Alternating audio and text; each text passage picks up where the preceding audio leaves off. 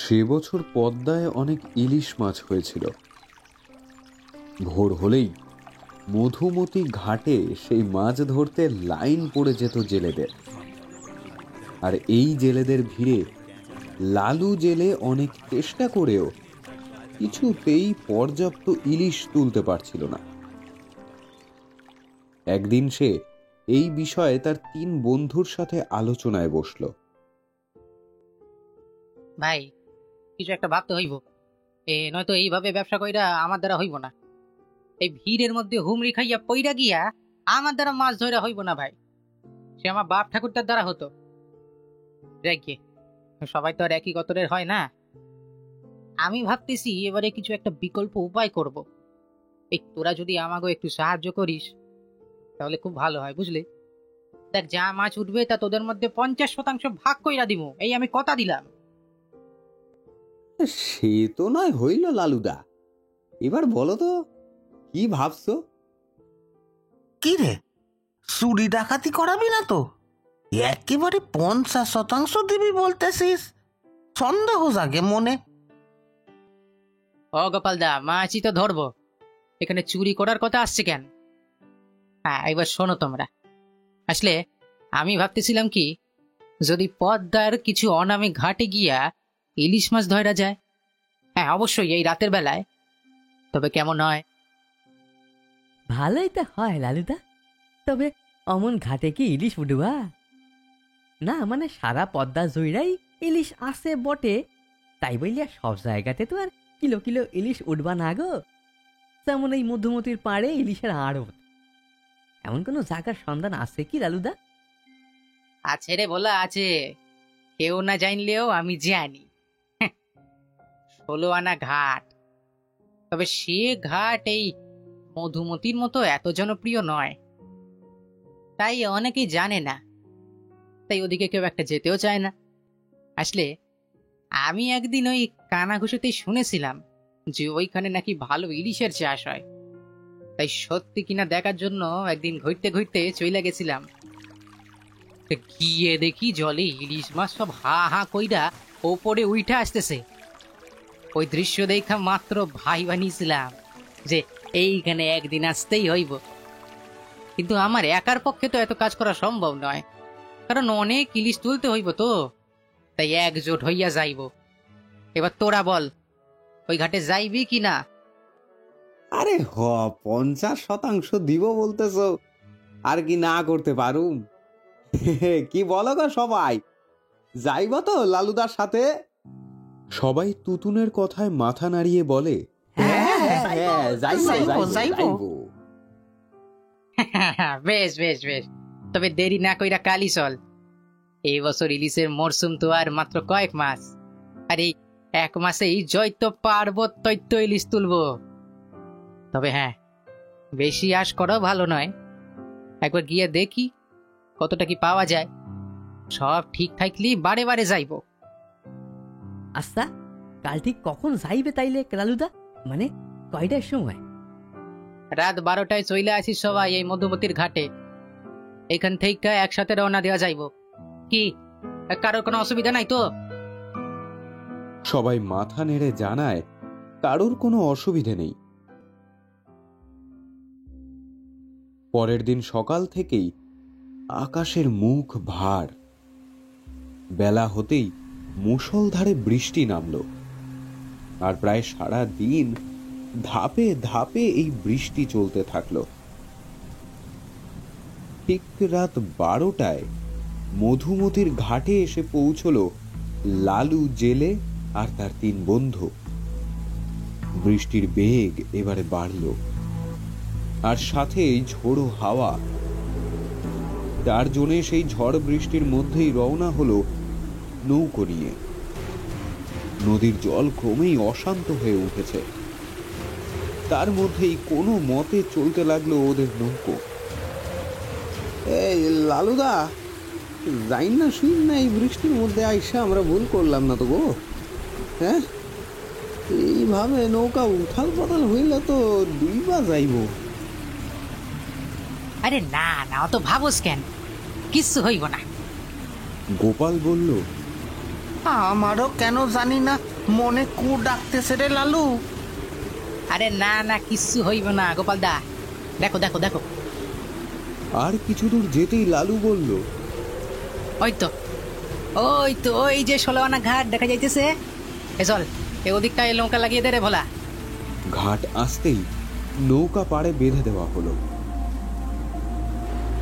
চল, মাছের জালটাও বের কর দেখি এবার। একদিক দিয়ে আমি আর ভোলা তুলি, আর একদিকে গোপাল দা আর তুতুন তোল।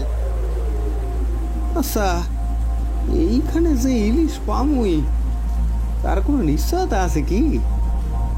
আছে রে আছে, এই পুরা জায়গাতেই তো ইলিশের চাষ হয় রে তুতুন। তবে অনেকেই এর খোঁজ জানে না, আমি ভাগ্যিস শুনেছিলাম তাই। আর বৃষ্টি না হইলে তো ওই মাঝ নদীতেই জল ফাইলা যেত, হয়তো ওখানে আরো ইলিশ পাইতাম। তবে বৃষ্টির দাপটে নৌকা যেভাবে ভাসতেছে তাতে বিপদ আছে, তাই পাড়ে নৌকা লাগানো সারা আর তো কোনো উপায় দেখতেছি না। যাগে, চল কাম কাজ শুরু কইরা দি। জলে কয়েকটা সিঁড়ি নেমে জাল ফেলে মাছ ধরতে লাগলো ওরা। লালু আর ভোলা জাল ফেলতেই ওদের জালে বেশ কয়েকটা বড় ইলিশ উঠে এলো, সঙ্গে কিছু চুনো মাছ। দেখতেছো কয়টা ইলিশ উঠেছে, একেবারে খাসা। তাহলে বল ঠিক কাজ করছো কিনা এখানে আইসা। ওদিকে তুতুন আর গোপাল জাল ফেলতেই ঘটলো এক অদ্ভুত ঘটনা। ওদের জালটা জলে যেন আটকে গেল মনে হলো। তারপর ওরা জালটা যতই টানছিল ততই যেন ভারী মনে হচ্ছিল। আর একটা সময় ওরা দেখলো একটা কঙ্কাল ষাঁড় হাত এই জালটা যেন চেপে ধরে আছে। গোপাল আর তুতুন ভয়ে চিৎকার করে ওঠে। ওরে বাবা, কি রে লালু, দেখ দেখ ওই হাতটা দেখ।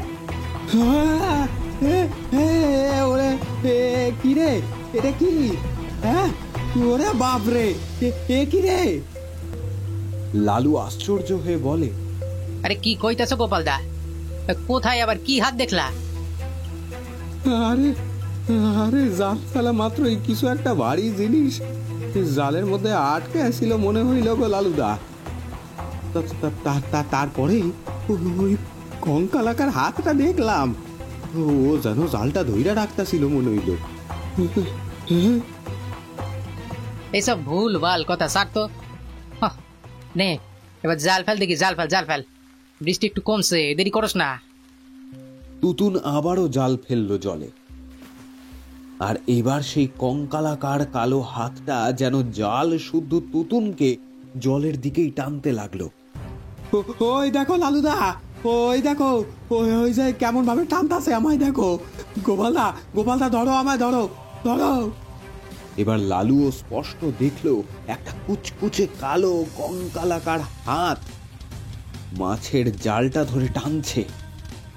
আমাদের এইসব উপেক্ষা কইরা কাজ করতে হইব রে তুতুন। ভয় পাইলে হইব না, ভয় পাইলে হইব না। জালটা আমায় একবার দে তো দেখি। লালু জালটা হাতে নিতেই সেই কালো হাতটা আর দেখা গেল না, আর নদী থেকে খুব সহজেই জালটা তুলে নিয়ে আবার জলে ফেললো সে।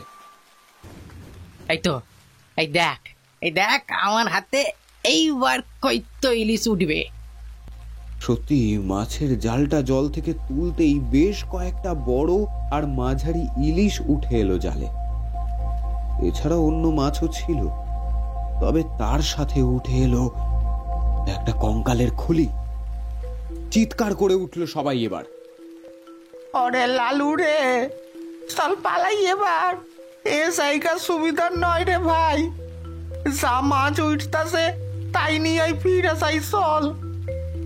এই এই এই এই এই চল চল চল, এবার পালাই, চল। এই জায়গা সুবিধা নয় রে ভাই, চল পালাই।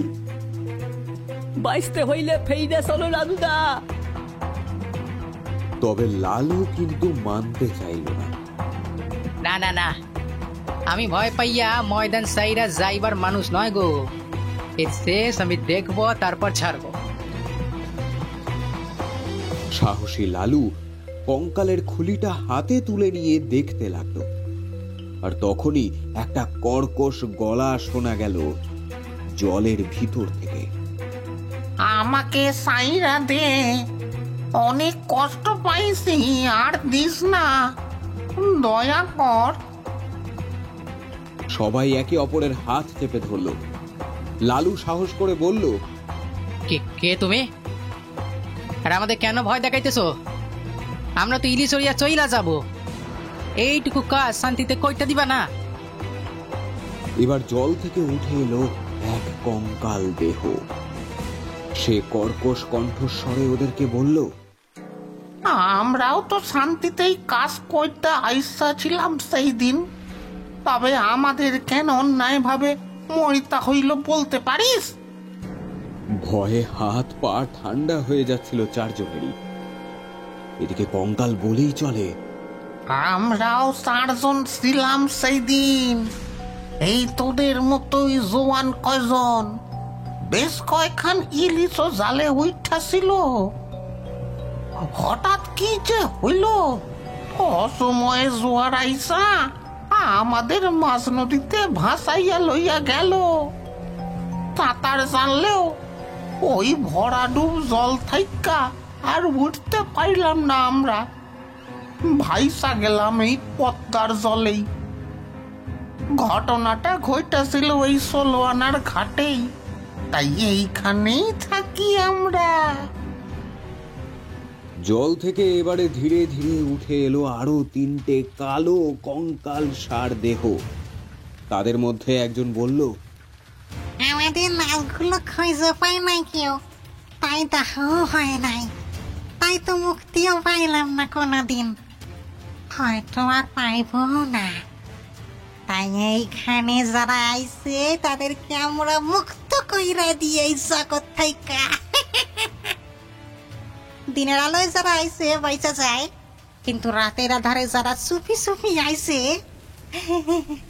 তারা কিন্তু আর ফিরতে পাইরে না, ঠিক আমাদের মতোই। আমরা যখন পারি নাই, কেউ পারবা না। এই বলে হাসতে লাগলো 4টে কঙ্কাল। ওদিকে ঝড় বৃষ্টি আরো জোরে শুরু হলো। লালু কাপা গলায় বলল, দেখো, তোমাদের সাথে যা হয়েছে ঠিক হয় নাই, তবে তার শাস্তি তুমি আমাদের দিবা কেন? হ্যাঁ, আমরা তো আর এর জন্য দায়ী নই। সেই কঙ্কাল আবারও বলে, তোরাও তো আমাদের মতোই ইলিশ ধরতে আইসস, আর আমরাও তোদের মতো ইলিশ পাইয়াছিলাম, বেশ অনেক গুইলা, কিন্তু ইলিশ গুলো লইয়া আর ফিরিতে পারি নাই, তাই তো ইলিশ মাছগুলোকে আগলাইয়া আজও পয়সা আছি। আর এই রাতের বেলা যারা মাছ ধরতে আসে তাদেরকে ভুল কইরা ফিরিতে দিলাই। 4জন কঙ্কালই বিকট ভাবে হাসতে লাগলো। লালুদা, আর কথা বাড়াইও না, চলো কাইটা পড়ি, নয় আজ আর প্রাণ হাতে লইয়া ফিরিতে পারুম না আমরা। এই বলে ভোলা নদীর পাড়ে বাঁধা নৌকোটা তাড়াতাড়ি খুলতে লাগলো। ওদিকে কঙ্কালরা চারিদিক দিয়ে ওদেরকে ঘিরে ধরেছে। লালু ভোলাকে বলল, ওদিকে তাকাস না রে ভোলা, ওদিকে তাকাস না, নৌকা চালাইতে শুরু কর, নৌকা চালা। কিন্তু লালুদা, আমি যে নৌকা নাড়াইতেই পারিতেছি না, যতবারই এগোতে যাইতাছি কেউ যেন আমাকে সামনের দিকে ঠালতাছে। লালুর হাতে মা কালীর মাদুলি ছিল, সেটা খুলে ভোলার হাতে দিয়ে সে বলল, নে নে এবার চালা, মা কালী তোকে শক্তি দেবেন রে ভোলা, চল চল চল চল চল। খুব অদ্ভুত ভাবেই নৌকো এবার চলতে শুরু করলো। ভোলা গায়ের জোরে নৌকো বয়ে নিয়ে যেতে লাগলো। ওদিকে বৃষ্টিতে নদীর জল উথাল পাতাল হয়ে চলেছিল। নৌকা ক্রমাগত দুলতে লাগলো, আর কঙ্কালরা একেবারেই তাদের নৌকোর সামনে এসে এবার তাণ্ডব করতে শুরু করলো। প্রথমে একটা কঙ্কাল নৌকোয় উঠে গোপালকে ঘাড় ধাক্কা দিয়ে জলে ফেললো। তারপর আর একটা কঙ্কাল তুতুনের পা ধরে টেনে ওকে জলে ফেলল। গোপালদা, তুতুন! অনেক চেষ্টা করে ওই গভীর জল থেকে সাঁতরে নৌকোয় উঠতে পারছিল না গোপাল আর তুতুন। একদিকে বৃষ্টির ওই উথাল পাতাল জলের তোড়ে তাদের অবস্থা এমনিতেই ভেসে যাবার মতো প্রায়, আর একদিকে কঙ্কালরা ওদের বাধা দিচ্ছিল। যতবার ওরা উঠতে যাচ্ছিল ততবারই ওদের মাথা ধরে জলে ডুবিয়ে দিচ্ছিল কঙ্কালদের দল। আর এইভাবেই এক সময় জীবন যুদ্ধে লড়াই করতে করতে হেরে গেল ওরা। ভেসে গেল ওদের দেহ ওই জলের তোড়ে পদ্মার বুকেই। গোপালদা! তুতুন! কি হইল গো লালুদা? এবার এরা আমাদের মাইরা ফেলবে দেখো, আর কোনোভাবেই বোধহয় বাঁচতে পারুম না আমরা। কিছু ভাবো লালুদা, যদি কোনো উপায় থাকে ভাইব ভাইব। ওদের নৌকো নিচ থেকে ঠেলতে শুরু করলো এবার কঙ্কালের দল। যে কটা ইলিশ মাছ জালে পড়েছিল কঙ্কালেরা হাত বাড়িয়ে সেগুলো সব জলে ফেলতে লাগলো। ওরে সব ইলিশ কইলা লইয়া গেল রে। আহা, কত আশা এখানে আইসেছিলাম রে আমরা। High high high high! এখন প্রাণ লইয়া ফিরিতা পারলাই অনেক গো লালুদা। জীবন থাকলে অনেক অনেক ইলিশ ধরে যাইব। না, তা ঠিক কইছিস রে ভোলা। আরে নৌকারে তো ওই ঠেলাই চলছে এরা। এই মা কালীর লকেটটা না থাকলি এতক্ষণে আমরা ওদের মতো ভাইসা যেতাম রে। চিন্তা নাই, এই এখনই তোরা ভাইসবি এই জলে। ওদের নৌকাকে এবার উল্টে দিল কঙ্কালের দল আর হাসতে লাগলো। লালু আর ভোলা জলে সাঁতার কেটে পাড়ে যাবার চেষ্টা করছিল, কারণ নৌকো তখনও 16 আনা ঘাটের কাছেই ছিল। ভোলাকে যদিও কঙ্কালেরা ধরতে পারছিল না, তবে লালুর পা ধরে টানতে লাগলো ওরা। ভোলা জলে সাঁতার কেটে অনেক কষ্টে লালুর কাছে এসে পৌঁছলো আর ওকে জড়িয়ে ধরলো। ভোলার হাতে পড়ে থাকা মা কালীর মাদুলির কৃপায় লালুও রক্ষা পেল, আর কঙ্কালের দল আর ওদের স্পর্শ করতে পারল না। ওরা অনেক কষ্টে ওই উথাল পাতাল জল সাঁতরে 16 আনার পাড়ে গিয়ে পৌঁছল। দুজনেই প্রায় জ্ঞান হারাচ্ছিল। তখনই ভোলার হঠাৎই সামনের দিকে চোখ গেল। ঘাটের অনতি দূরেই একটা মন্দির দেখা যাচ্ছিল। ভোলা হাঁপাতে হাঁপাতে বলল, লালুদা লালুদা, ওই মন্দিরটায় চলো, ওখানে বোধহয় নিরাপদে থাকা যাইব। লালুদা চলো। লালু কোনো কথা বলতে পারছিল না। দুজনে হাঁপাতে হাঁপাতে কোনো ক্রমে সেই মন্দির অবধি দৌড়ল। তারপরেই চোখ বুজে এলো ওদের। যখন চোখ খুলল ততক্ষণে সকাল হয়ে গেছে। মন্দিরের পুরোহিতের ডাকে ঘুম ভাঙল ওদের। ও ভাইয়ারা, কে গো তোমরা? ওঠো ওঠো, সকাল হইয়া গেছে তো। এখানে এখন পুজো হইবে, তোমরা ওঠো গো। এখানে আর ঘুমানো যাইব না। এটা কোন ঠাকুরের মন্দির পুরোহিত মশাই? এই দেবীকে তো আমরা চিনি না। ইনি আমাগো মৎস্যমুখী দেবী গো। এই যে 16 আনার তীরে এত মাছ পাওয়া যায়, সবই তো এই দেবী মায়ের কৃপায়। কিন্তু তোমরা এই মন্দিরে শুইয়া আসো কেন গো বাসারা? আর তোমাদের বেশ বিধ্বস্ত দেখাইতেছে, কি ব্যাপার কত? আসলে পুরুষ মশাই, কাইল আমাদের সাথে বড়ই অনর্থ হইয়া গেছে। কি হইছে? আমরা কাল রাতে ওই 16 আনার তীরে আইতেছিলাম মাছ ধরতে, আর তারপরে পুরোহিতকে একে একে সব ঘটনা বলল লালু। কি বলতেছো গো তোমরা? এ তো ভয়ঙ্কর ঘটনা। আর ওই ওই দুজনকে তো খুঁজতে হইবে তাড়াতাড়ি। হ্যাঁ পুরোহিত মশাই, আপনি একটা ব্যবস্থা কইরা দেন। প্রাণ কি আর আছে ওদের? ওদের শরীর খান্ত লইয়া ফিরি। হ্যাঁ হ্যাঁ, আমি দেখতাছি, দাঁড়াও।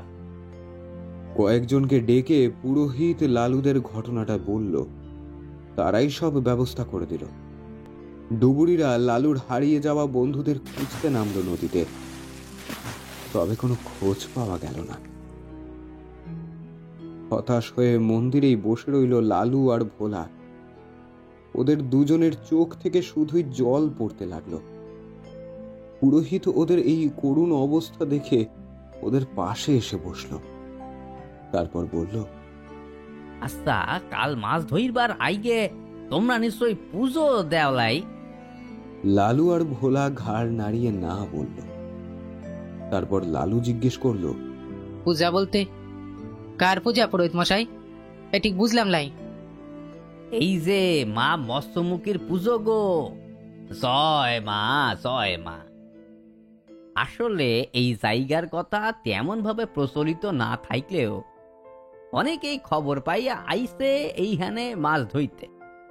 তবে মা মৎস্যমুখীর পূজা দিয়াও এইখানে মাছ ধরতে হয়, এইটাই নিয়ম। তাতেই মা কৃপা করেন। জেলেরা খুশি হইয়া শুধুই ইলিশ মাছ নয় গো, আরো বিভিন্ন প্রকার মাছ লইয়া ফেরিয়া যায়। আর যারাই মায়ের পুজো না কইরাই মাছ ধরতে যায়, দেবী মা তার উপর রুষ্ট হন। তাই জন্যেই তোমাদের পিছনে ওই মেসো ভূত গুইলা পইরা ছিল। মায়ের পূজা দিলা, ওরা তোমাদের শুনতেও পর্যন্ত পারত না। তোমরা এইখানে আইসার আগে এই সবটা জাইনে আইসতে পাইতে গো, তাইলে হয়তো এমন অনর্থ হইতো না। যাক গে, তা হইবার হইয়া গেছে, তাকে তো আর বদলানো যাইব না। তবে তোমরা মায়ের কাছে ক্ষমা চাও গে, প্রায়শ্চিত্ত করো, আর মন দিয়া মায়ের পুজো করো। আশা করি মা তোমাদের ডাকে সাড়া দিবেন, আইগে সব ভালো কইবেন। মা সে আমাদের দয়াময়ী মা। জয় মা, জয় মা। কিন্তু আমরা তো জানি না যে কিভাবে মায়ের পূজা করতে হয়। শুধুই তো পুজো নয় গো, ওই যে কইলাম প্রায়শ্চিত্ত করতে হইবে তোমাদের। চিন্তা কইও না, আমি সবটাই বুঝাইয়া দিতেছি। আইসো, এইদিকে আইসো, মায়ের কাছে হাজর কইয়া বসো প্রথমে। হ্যাঁ, এইবার মনের সব কষ্ট অপরাধ বোধ মাকে মন কইলা কও।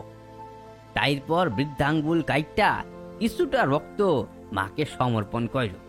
তারপর এই ফুলগুলো মায়ের চরণে দাও, আর আমি একটা যজ্ঞের আয়োজন করতেছি। পুরোহিতের কথা মতোই সবটা করলো লালু আর ভোলা। বড় করে যজ্ঞ হলো। সব শেষে ওরা করুণ মুখে বাড়ি ফিরে যাচ্ছিল। তখন সন্ধে নামছে প্রায়। এমন সময় হঠাৎই জোয়ার এলো পদ্মায়, আর সেই জলে ভেসে এলো দুটো দেহ। আর তা দেখতে সবাই ভিড় জমালো 16 আনার তীরে। লালু আর ভোলাও ছুটে গেল সেই দিকেই। আর গিয়ে তাদের চোখ বিস্ময়ে আর চোখ দুটো জলে ভরে উঠল। সেই দুজন যে আর কেউ নয়, তাদেরই বন্ধু গোপাল আর তুতুন। জলে ভেসে ওদের শরীরটা যেন কাঠ হয়ে গেছে। সাদা ফ্যাকাশে সেই নিথর দেহ দুটো নিয়ে ওরা কাঁদতে লাগলো।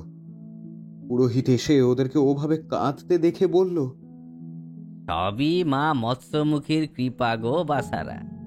হয়তো ওদের প্রাণ লইয়া তোমরা ফিরতে পারবা না, তবে এই যে ওদের দেহগুলো লইয়া ফিরবা, এও তো দেবী মায়ের ইচ্ছাতেই। তোমাদের পূজায় দেবী মা সন্তুষ্ট হইয়াছেন। জয় মা মৎস্যমুখীর জয়, জয় মা, জয় মা। লালু আর ভোলা মন্দিরের দিকে চেয়ে হাত জোর করে প্রণাম করল।